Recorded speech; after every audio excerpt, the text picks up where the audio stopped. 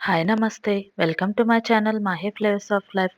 ఈరోజు video healthy instant dosa అదెలా చేసుకోవాలో ఇప్పుడు చూద్దాం. దానికోసం ఒక కప్పు పెరుగు ఒక బౌల్‌లో తీసుకోవాలి.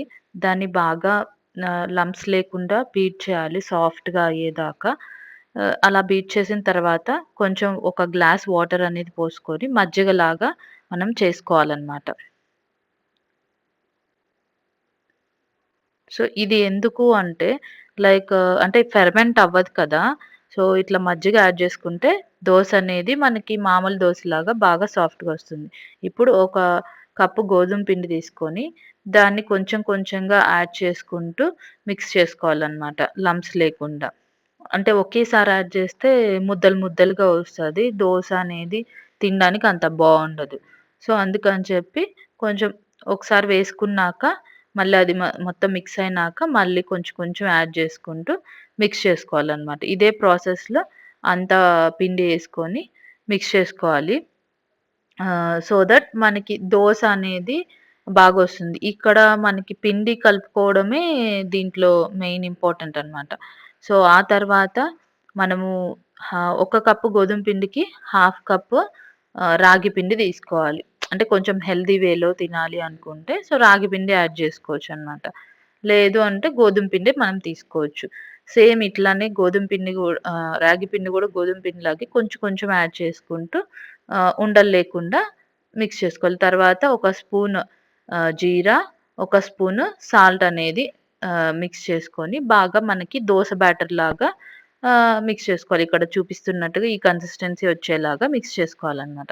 తర్వాత ఒక పాన్ పెట్టుకొని అందులో ఒక 2 టేబుల్ స్పూన్స్ నెయ్యనేది యాడ్ చేసుకోవాలి. సో, నెయ్యి అంటే కొంచెం హెల్తీ వేలో. మనకిక వద్దు నెయ్యి నచ్చదు అనుకుంటే ఆయిల్ అయినా యాడ్ చేసుకోవచ్చనమాట. సో, పాన్ హీట్ అయ్యి ఆయిల్ యాడ్ చేసుకున్న తర్వాత దాన్ని ఈవెన్‌గా పాన్ మొత్తం స్ప్రెడ్ జేసుకోవాలి. స్ప్రెడ్ చేసుకున్నాక ఒక 2 గెంటెలు దోస పిండి వేసుకొని చక్కగా అది మొత్తం ఈవెన్‌గా స్ప్రెడ్ చేసుకోవాలి దోసలాగా. సో, తొందరగా కాలడం కోసం లిడ్ పెట్టుకొని మనము దోసని కాల్చుకుంటే కొంచెం టైం కూడా సేవ్ అవుతుంది. ఇలా వచ్చిన తర్వాత పైన కొంచెం ఉడికింది.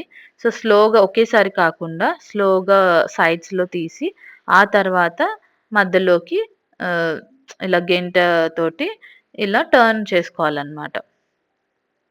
సో, కొంచెం రాగి పిండి, గోధుమ పిండి కాబట్టి కొంచెం టైం పడతది. మనం లిడ్‌తో లిడ్ పెట్టి కాల్చుకుంటే మంచిగా వస్తది. ఇదే విధంగా మళ్ళీ ఇంకా మనము అంటే దీన్ని దిబ్బ రొట్టెలాగా గూడా పోసుకోవచ్చు. ఏంటి అంటే 2 దోసలు తినే బదులు ఒకటి తింటే సరిపోతుంది. కాకపోతే కొంచెం ఎక్కువ టైం పడతది. మనం లిడ్ పెట్టి చక్కగా సిమ్‌లో పెట్టి కాల్చుకోవచ్చనమాట. సో, ఇందాక చెప్పినట్టుగానే సైడ్స్‌లో తీసి తర్వాత స్లోగా తీసుకుంటే ఇరగకుండా మంచిగా వస్తుంది. ఇదే విధంగా మనకి ఎన్ని దోసలు కావాలంటే అన్ని వేసుకోవచ్చు. తర్వాత సర్వింగ్ ప్లేట్‌లో తీసుకొని నేనైతే ఆవకాయి ఇంకా కారప్పొడితో నెయ్యి వేసుకొని తిన్నాను. మీ మీ ఆప్షన్ చట్నీ, కొబ్బరి చట్నీ గాని, పల్లీల చట్నీతో అయినా తినొచ్చు. చూసారు కదా! Healthy instant dosa. ఈ వీడియో మీకెలా అనిపిచ్చిందో కామెంట్ చేయండి.